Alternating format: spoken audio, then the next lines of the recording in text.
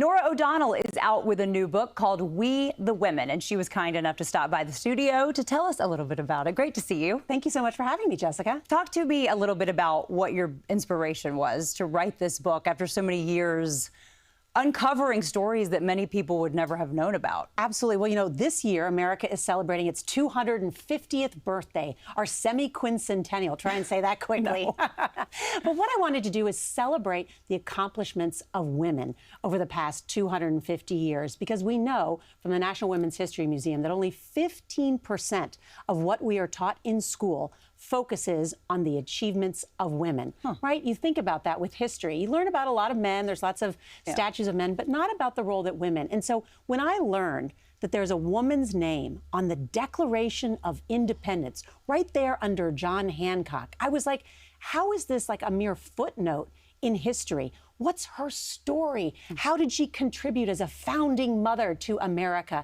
And so her incredible story is the first one in my book of these many hidden heroes throughout American history. Was that sort of the tipping point for you when you made that observation and realized there are probably a lot more women who fall in this category? There are so many women like this.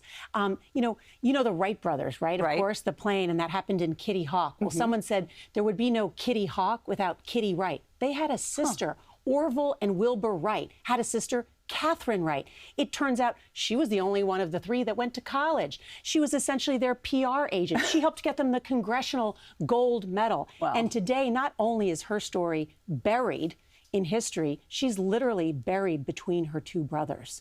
Literally. There should be a movie about Catherine Wright. If she had been a man, she would have been the third Wright brother. So there's so many stories like this that I think, as I described it once, you know that emoji which has the head popping up like, oh my gosh, it'll do that. And they're great short stories in this larger book, and it's a way to revisit American history. We're both mothers, and I wonder if you're hoping this inspires young women, young girls, as they're thinking about what they want to do with their lives. What do you hope the takeaway is for young women? I do hope it inspires young women, all women, everyone who reads this book, because I wonder if when I was a little girl, if I had read about Eleanor Roosevelt during World War II, making a journey that took her 30,000 miles to visit 400,000 troops.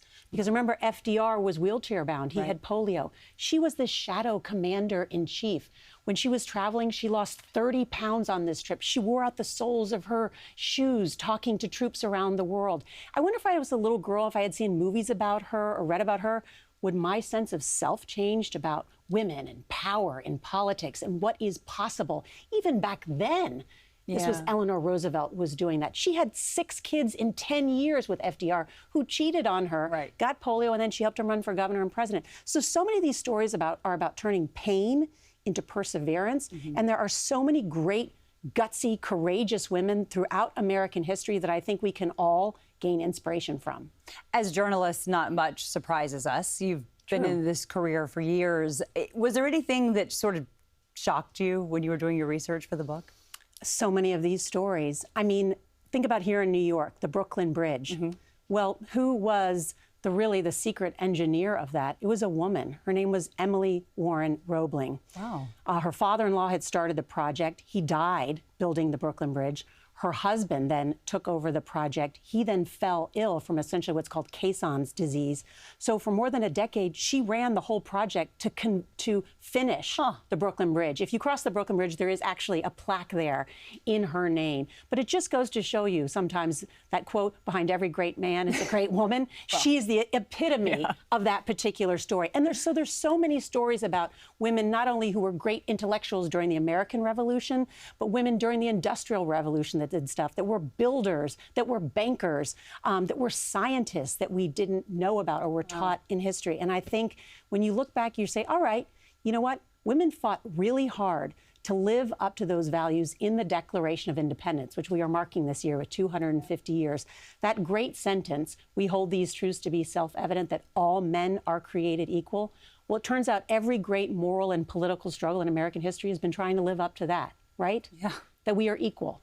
Right? That women, too, have the right to vote, that minorities and people of color have the right to vote. And so that's kind of the great part about America. It's not just all these great Olympians that we all just watched. So many women in history have been celebrating what are the great ideals of America. Yeah, that's a great point. All right, when is the book out for purchase? And then tell me about this book tour, because you are going to be a very busy lady over the next few months. Tuesday, February 24th. Thanks to everybody out there who's already done a pre-sale and bought the book early, so it will arrive just in time for you. We're actually going on a 12-city tour across America. I have been stunned by the interest in this book. So, you know, everywhere from Miami to St. Louis to my hometown of San Antonio, Texas. We're going across the country where people can buy tickets and come see me in person. Maybe ask you a question about your inspiration. Yes, ask questions, submit questions, and we'll be doing a lot of stuff online too. So awesome. Thanks everybody for their interest. Yeah, absolutely. Thanks for taking the time to tell us about the book. Can't wait to read it. Thank you, Jessica. Thanks.